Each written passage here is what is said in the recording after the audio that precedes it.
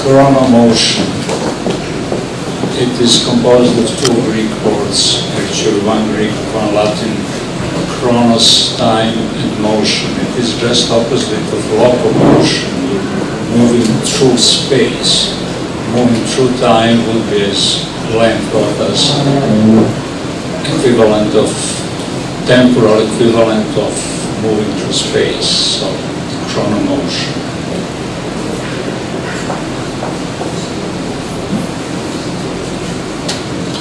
What do we know for certain about movement through time? Not much, actually. Only that under normal circumstances, we advance at a steady pace of 24 hours per day in the direction from the past toward the future. These normal circumstances can be violated, at least principally speaking, in two cases. If we alter the pace or the direction. The pace can be changed even in reality, and the direction, judging by all things, can be changed only in science fiction. Let us turn our attention first to the pace, to speed. It's possible to reach the future faster in two basic ways: suspended animation and actual fast movement. Hibernation slows down physiological processes in the organism, including aging. It's possible to revive a frozen person after 10 years, for example, but they will have aged biologically only 1 year. The price for this quick arrival in the future is the loss of time slept through. That time, it seems, passes without dreams. It is actually no different from death, except that revival is included in the price of the journey. Or it is, at the very least, available by choice. Anyway, it is a matter of choice. If something does not go wrong, of course, there is no absolute guarantee. But it is comforting that if indeed something does backfire, at least the person will never know about it. In terms of moving at the high speed, the closer to the speed of light, the better. The effect of time dilatation. The same result is achieved one arrives far in the future with only the brief passage of local time. The advantage of this way is that one actually lives in local time. In your local cosmos, on a spaceship, for example, everything happens quite normally.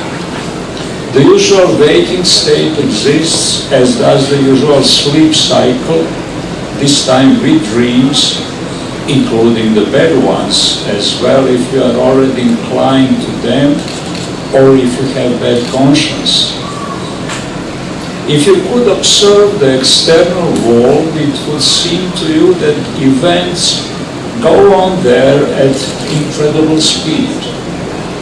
And in reverse, to those outside, it would seem that everything happening in your world would play out inconceivably slow.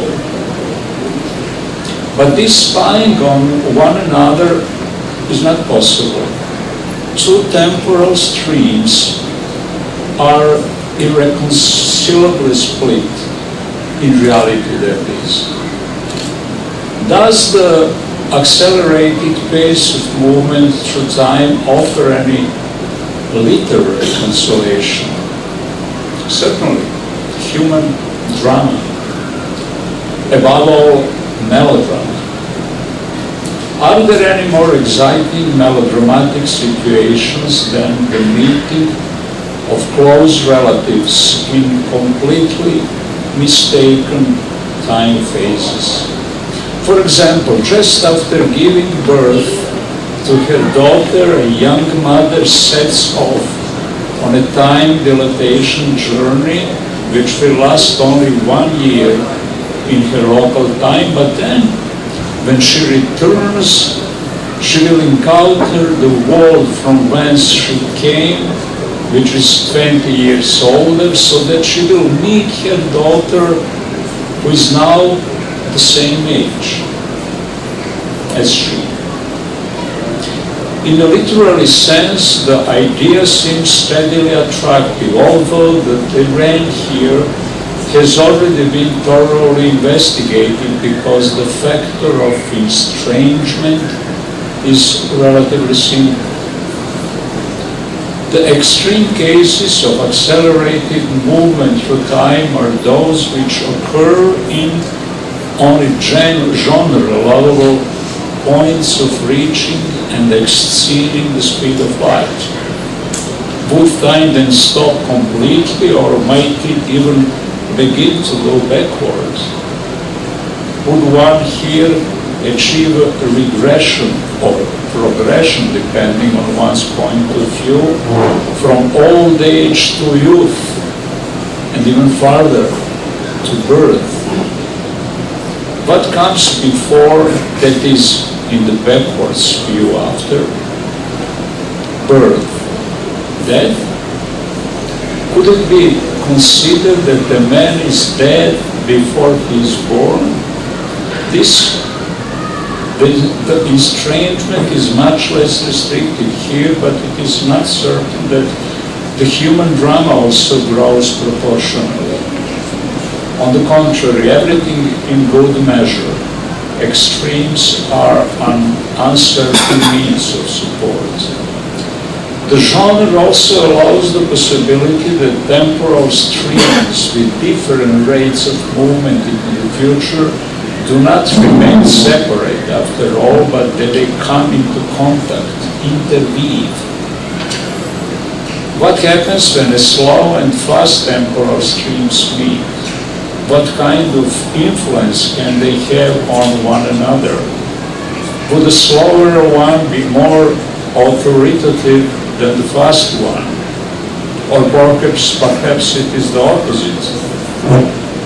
The idea is not void of genre excitement, but it can seem to be a bit stretched, unconvincing, at least as fertile ground for high-quality human drama.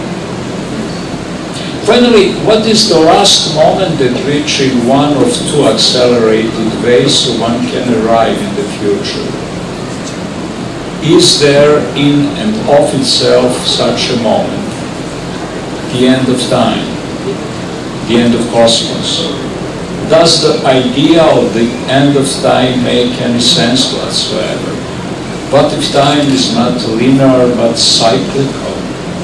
What if instead of advancing, the only place where it is appropriate to talk about the end, we have an eternal returning, a melding of the end into the new beginning? This is stepping into the area of ultimate questions of cosmology, and here human drama after all becomes secondary. Or does it? It is not completely certain. Reading the novels of Olaf Stapledon or some Arthur C. Clarke's stories written under the influence of Olaf Stapledon most certainly does not leave the reader indifferent. But what is exciting here is not so much the human drama as it is the vision which reaches immeasurably beyond human boundaries. The question remains open as to whether such vision can possess literary value and also human drama. So much for speed. Let us look at what happens with the change in direction, specifically movement from the future into the past. One might say at first glance that in reality there is nothing to support such an idea. No time machines, at least as far as we know, have been noticed arriving from the future. Not now, not at any earlier time. This, to be fair, still does not mean anything. Perhaps the world is teeming with such time machines, but we do not notice them because they either directly or indirectly are not making their presence known, that is, they are not influencing the past. Why don't they? It's possible to come up with three principal reasons. They don't want to, they don't dare to, or they're not able to.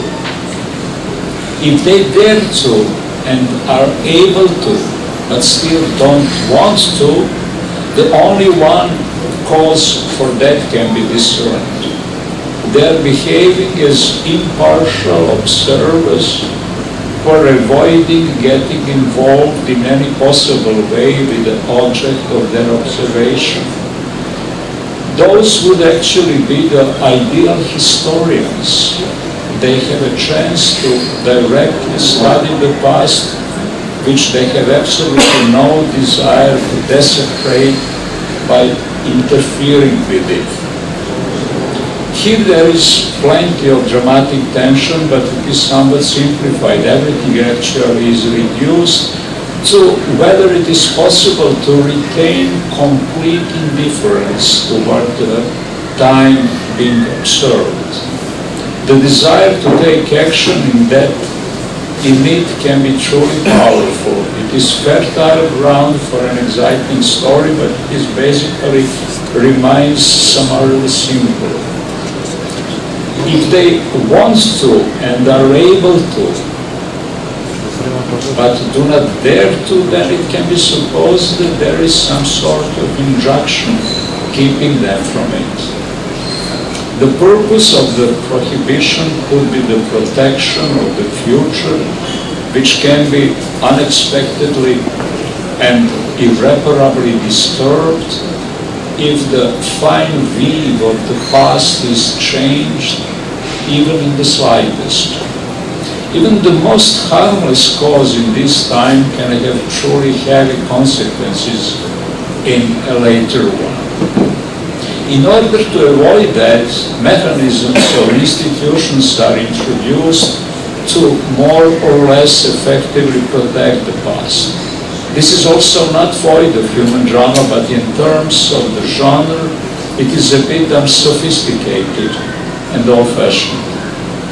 Finally, if they want to and they dare to, but they are unable to, then most likely there is a paradox at hand which, so it seems, is inescapably accompanied by attempts to change the past. The most familiar among them is the following. A man goes back into the past and either accidentally or intentionally causes the death of one of his parents before he himself is conceived, thus thwarting his own birth. But if he was never born, then he could not return into the past and prevent his own birth by getting rid of one of his parents. So he was born after all and returning to the past where he thwarted his own conception, which means that he was never really born, and so forth and so forth. Reductio ad absurdum. The nonsensical mixing of cause and effects remains, judging by everything, as the final prevention of altering the past from the future, but it does not stop the writing of works for which time paradoxes are no kind of barrier. Those paradoxes are simply not taken into consideration here. What improbable results can then be achieved? The problem, however, lies in the fact that here there is no real drama. It is mainly just being clever and witty in the genre. Who will conceive of a more perplexing theme than the others? A mere get-Duncan experiment, a thought experiment. In the end, what remains? Clearly, the challenge in the genre is greater if changes are accepted not in the speed, but in the direction of movement through time. Ideally, a means of influencing things in the past should be found while avoiding the paradox trap which that influence implies. It is something like that. Is it something like that at all possible? It is not so. It seems if there is presupposition that there is only one primary stream of time. If on the other hand, one thinks that there are several streams, an infinite number in fact, then the aforementioned paradox can be elegantly surpassed. In the place where the past is changed, a branching out occurs. Along one branch, the one from which a time traveler sets out to intermingle backward in time, the change has no influence. That stream has already played out the way it did. But another new branch appears which is completely dependent upon the change. Transforming the past does not change, therefore the future, but rather creates a new stream of time which exists in parallel.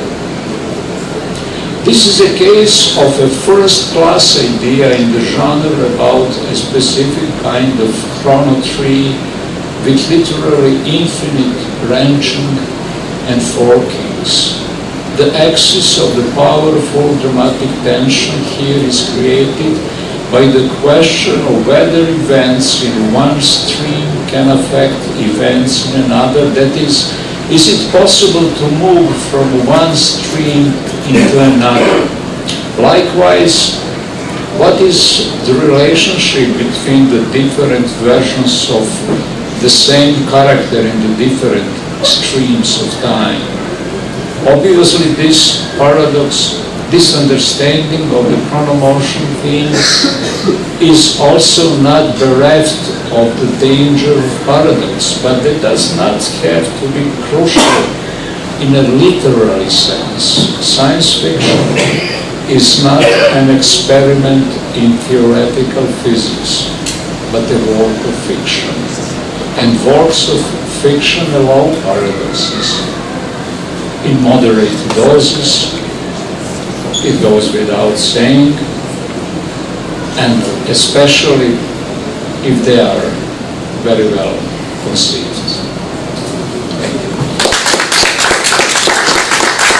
Well, I found the talk was not too boring. It lasted a bit longer than I thought. Now I'm afraid I'm going to bore you again. You are going to, but luckily you are not going to listen to me. You are going to hear now the BBC radio adaptation of one of my stories. It is a story, The Train, in which something really curious and extraordinary happens. A certain Mr. Pochotny, a senior advisor in a bank, first time and emerging short story writers. We are not very well synchronized. That's evidently time travel problem. Okay. Well, something extraordinary is happening. A senior bank advisor meets nobody else but the god herself or himself on a train. What happens next, we are about to hear. The actor who is impersonating both Mr. Pochotny, the banker, and the god is rather well-known English actor Roger Allen. Hopefully you might enjoy it.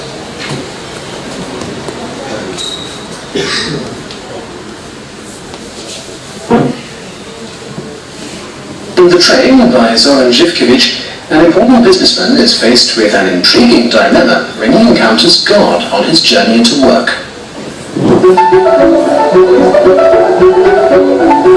Mr. Popovny, senior vice president of a bank prominent in the capital city, met God on a train. In a first-class compartment, of course. Mr. Popovny did not take the train very often, but whenever he did, he travelled first class. It not only reflected his social position, it also minimized the probability that he would find himself in unsuitable company.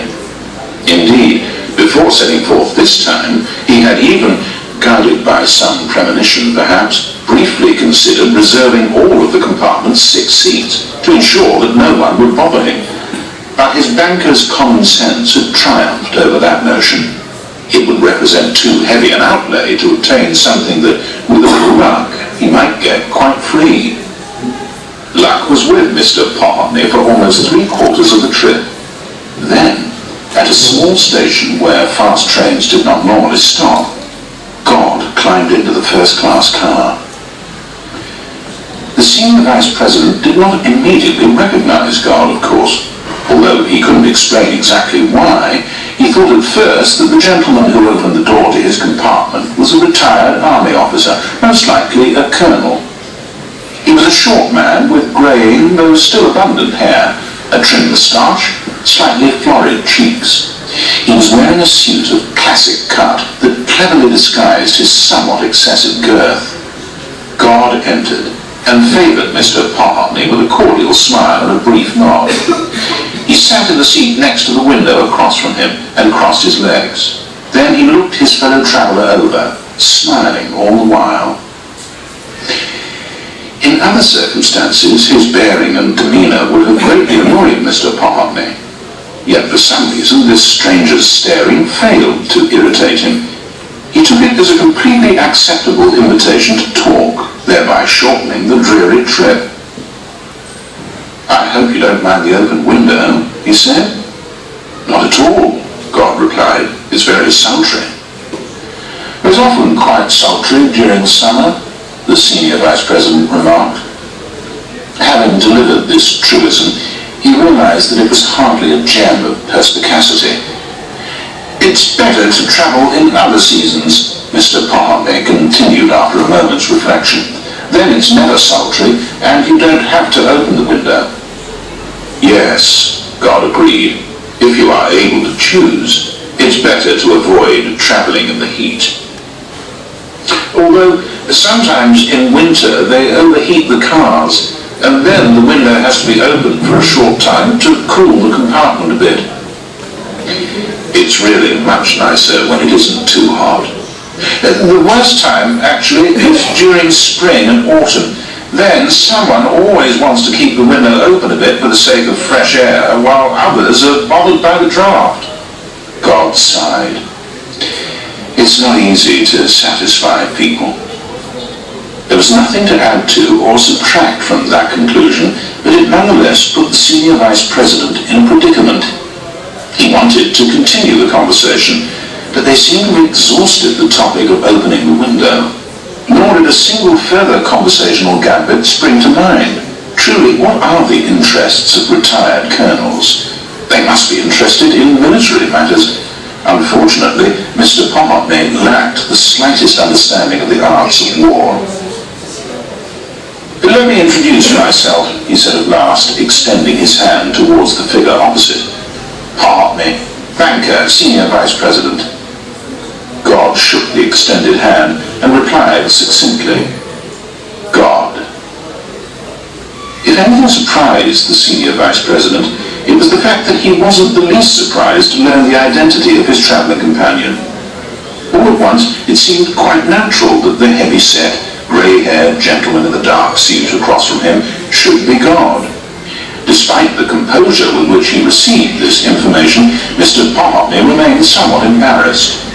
He had even less to say to God than to a retired colonel. "Am I dead?" he asked, a little taken aback. "Dead? No. Why do you think you're dead?" "Well, I thought people only met you after death. At least that's what they say." "You shouldn't believe everything you hear. To begin with, I meet everyone once while they're alive." "I didn't know that." "Well, of course you didn't. No one knows anything about it." The senior vice president nodded slowly. Then he took a handkerchief out of his pocket and wiped his forehead. There must be a reason for these meetings, I suppose? Of course, to answer their questions. What questions? Any they may have. They can ask anything. Anything? Yes, you can ask me whatever you want. The senior vice president thought for a moment. And what is expected in return? Nothing at all. I'm not the devil. Take this as, let's say, rectifying an injustice. As God, I'm supposed to be just, am I not? People are deprived of many things, so this is my chance to make up for it a little, at absolutely no cost to you. So that's it, Mr. Polly said. Very generous of you. I admit I haven't been excessively devout, so to speak, but in the future, rest assured, I don't act rashly. Wait and see whether you like what you hear. It's not always the case, and piety has a tendency to evaporate. So, what would you like to ask me?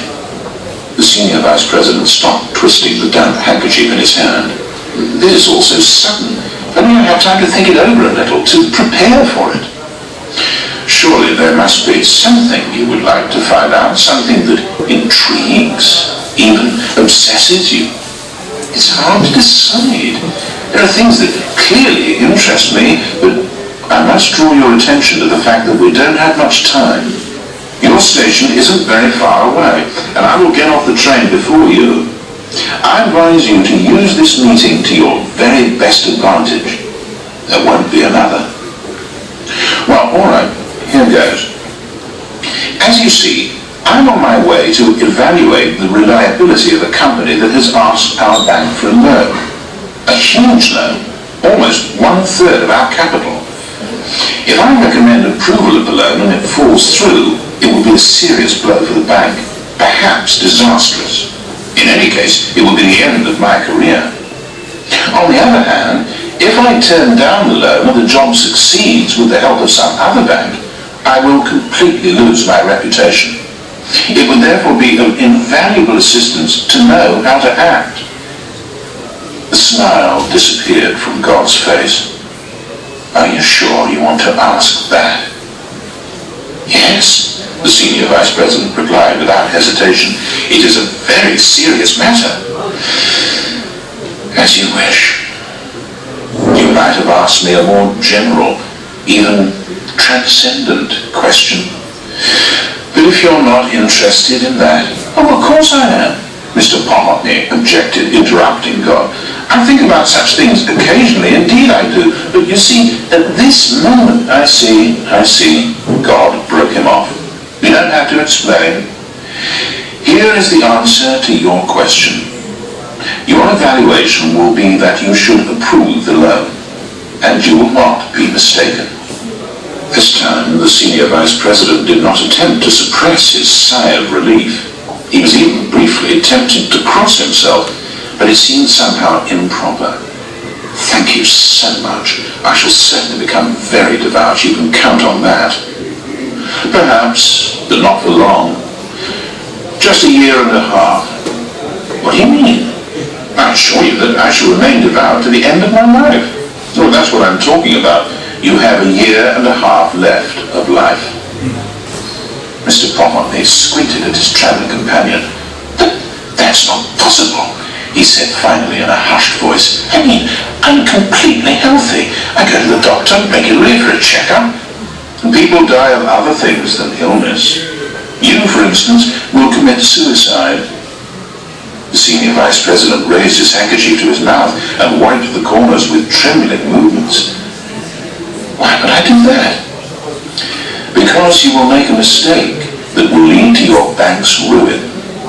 In the wake of your forthcoming triumph, you will become overconfident, and in circumstances similar to these, you will make the wrong decision. Suicide will be your only honorable way out. Not knowing how to respond to this, Mr. Popovne continued to stare dully at the figure on the seat across from him, his pulse beating in his ears. But then a thought flashed through his febrile mind, and he grabbed at it. But that can be avoided. You have warned me of the danger. What if I don't make any decision? What if I withdraw completely from the bank? You won't be able to rely on my warning, I'm afraid, God replied. Remember, I told you that no one knows of my meetings with humans during their lives. Why do you think that is? The senior vice president shrugged. Because it's a secret? No, that wouldn't work. Someone would have discovered it by now. That's human nature. I had to provide something more reliable. No one remembers meeting me. You will also forget it completely as soon as I leave the train. Well then, if you don't mind, what is the purpose of meeting with people? You offer them answers that they cannot remember. That was the most that could be done. The choice was between leaving human beings in permanent ignorance and giving them knowledge that is paid for by being immediately erased. Between nothing and something. I chose something. It seemed to be more just. It doesn't seem very just to me to tell a man that he will soon die and then deprive him of the chance to save himself. Don't be cross with me, but that is more what I would expect of the devil. On the contrary, the devil would happily deprive you of oblivion because that would afford him the opportunity to revel in your agony. But even if you remembered this meeting, you would still not be able to extricate yourself. Nothing you could do would prevent the unfolding of ordained events. Why then expose you to the unnecessary anguish that must derive from knowledge of your approaching death? From a distance came the protracted whistle of the locomotive. I might have asked something else, Mr. Popovne reflected softly. Yes, you might have. But now it's too late, unfortunately. This is my station coming up.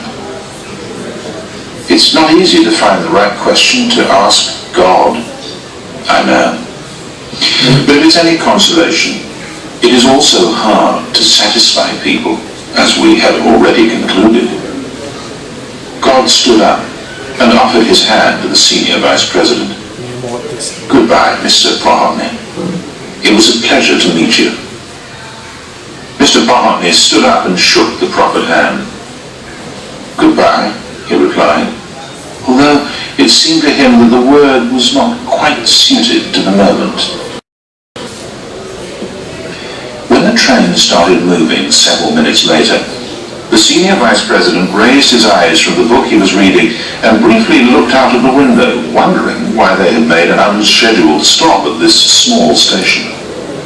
But it made no difference, since there would be no more stops until his destination.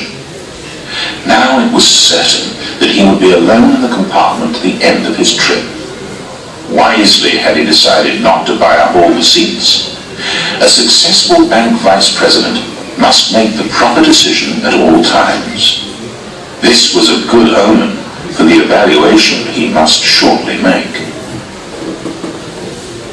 Roger Allen was reading The Train by Zoran Živković. The producer was Gemma Jenkins. Action of 5 readings showcasing first-time and emerging short story writers.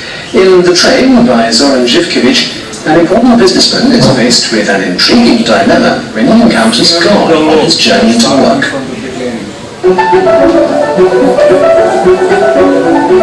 Mr. Popovne, senior vice president.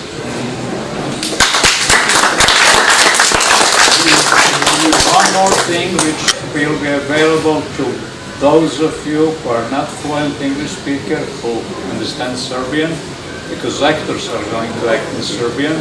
For our foreign guests, we will have subtitles in English. It is a very brief, I swear to God, very brief, not very long episode from a TV series called The Collector, based on my book titled 12 Collections. And I'm sure you are going to have a lot of fun.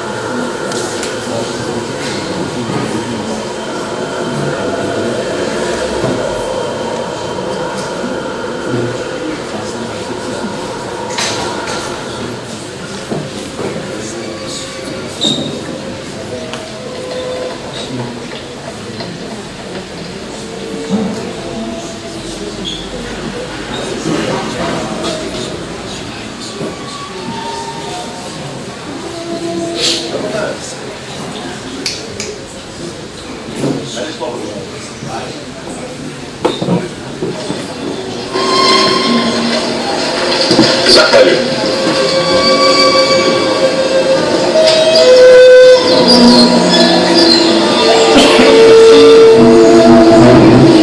Divan dan. Divan. Prava je šteta umreti po ovakvom danu. Molim? Danas bi u ovom velikom gradu trebalo da umre više od 80 ljudi. Otkud znate koliko bi ljudi trebalo da umre? Tako kaže statistika. Godišnje umre 30.000, to znači 80 na dan. Odnosno, jedan čovjek na svakih 18 minuta. Zanimljivo. To je samo prosjek. Nekim danima se umire mnogo više. Možete li pretpostaviti koliko je najviše ljudi umrlo jednog dana u posljednjih 4 veka? Ne mogu. 216. Koliko čeka? Jeste. Bio je to pravi pomor. Dan je bio isto ovako lep, ali to je bio samo prilik. Meteorologija ume da priređuje podmukla iznenađenja. Stradali su, pogledajte, srčani bolesnici. Možete pomisliti, ne bi prošlo ni 7 minuta, a jedan bi čovjek umre. Strašno. A ima i suprotnih dana. Nebo se spusti skoro do zemlje. Kiša besomučno ulije i najredniji ljudi postaju tmurni i bezvoljni, dok oni koji su skloni potirštenosti upadaju duboko bez najde, samo što nisu digli ruku na sebe. Vidite, ipak gotovo da ne umiranje. Upravo jednog takvog dana umrlo je rekordno malo ljudi. Svega 26. Pomislite sam. Neverovatno. Umire se iz najrazličitijih razloga. Kad pročitate da je neko umro prirodnom smrću, to može da znači bilo koju od mnoštva bolesti. Za neke nikad ne biste pomislili da mogu da budu pogubne. Evo, baš prošle godine zabeleženo su 2 smrtna ishoda od vode u kolenu. Sigurno ste čuli za te slučaje. Nisam. Pa šta tek da se kaže za smrt od opadanja kose, čukljeva ili od teniskog lakta? Teniskog lakta? Verovali ne, vrlo zanimljiv slučaj. Ako želite, mogu da vam ispričam. Ne, hvala. Mada ne umiru svi prirodnom smrću. Znate li, na primjer, koliko ljudi prosječno pogine u ovom gradu od udara groma? 5,5. Uprkos tome što je gradsko područje dobro zaštićeno gromobranima, ali nije to jedina pošast koja stiže s neba. Iako ređe strada se od predmeta koji padaju na zemlju, većina potiče s visokih spratova, letilica, a ima i pravih nebeskih tela. Nema godina da neko ne strada od meteorita. Jeste li se ikad zapitali kolika je mogućnost da izbegnete kosmički kamičak, ne veći od crna graška? Gotovo nikako. Veća je verovatnoća da dobijete na lutriji, ali takve nesreće se ipak događaju. Mogu vam na glavu pasti mnogo veće stvari. Jednog nesrećnika je smrt zatekla ispod klavira koji se sručio sa 9. sprata. Klavir s 9.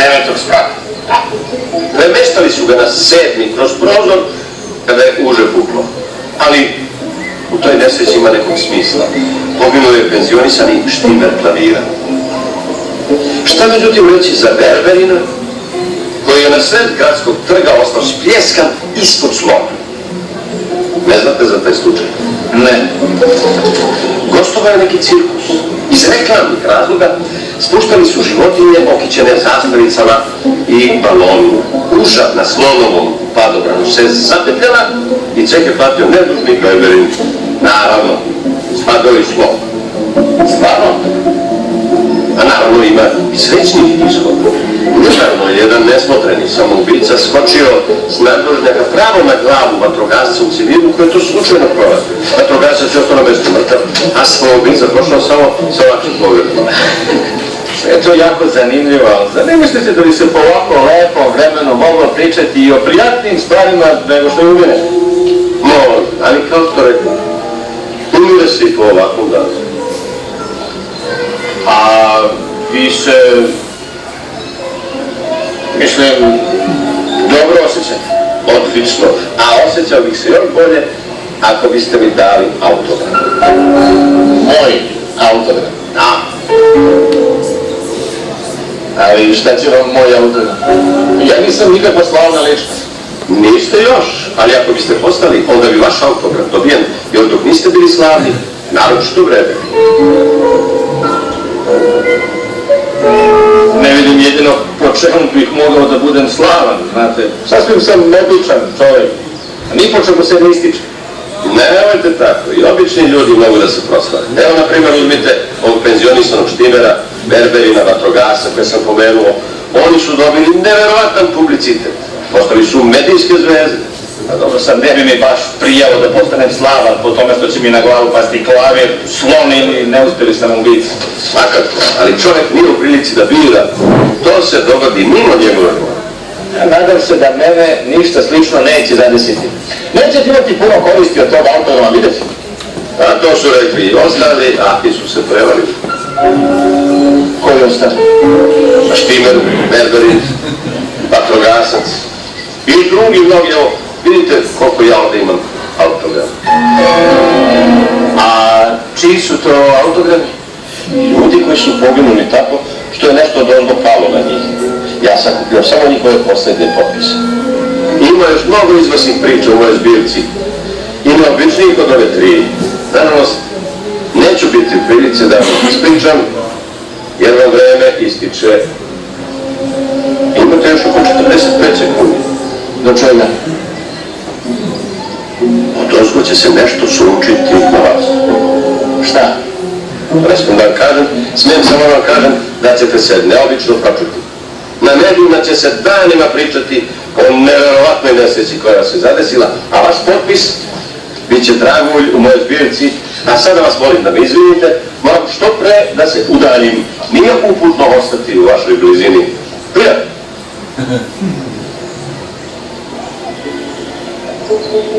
Dok su se sekunde lenjo vukle, samo mi se načas javio poriv da bezglavo pojurim nekuda kako bi se sklonio od nepoznate pretnje. Ali nisam. Nisam zato što bi bilo uzaludno. Dao sam autogram, tako da mi nije bilo uzmaka od slave koja me čeka.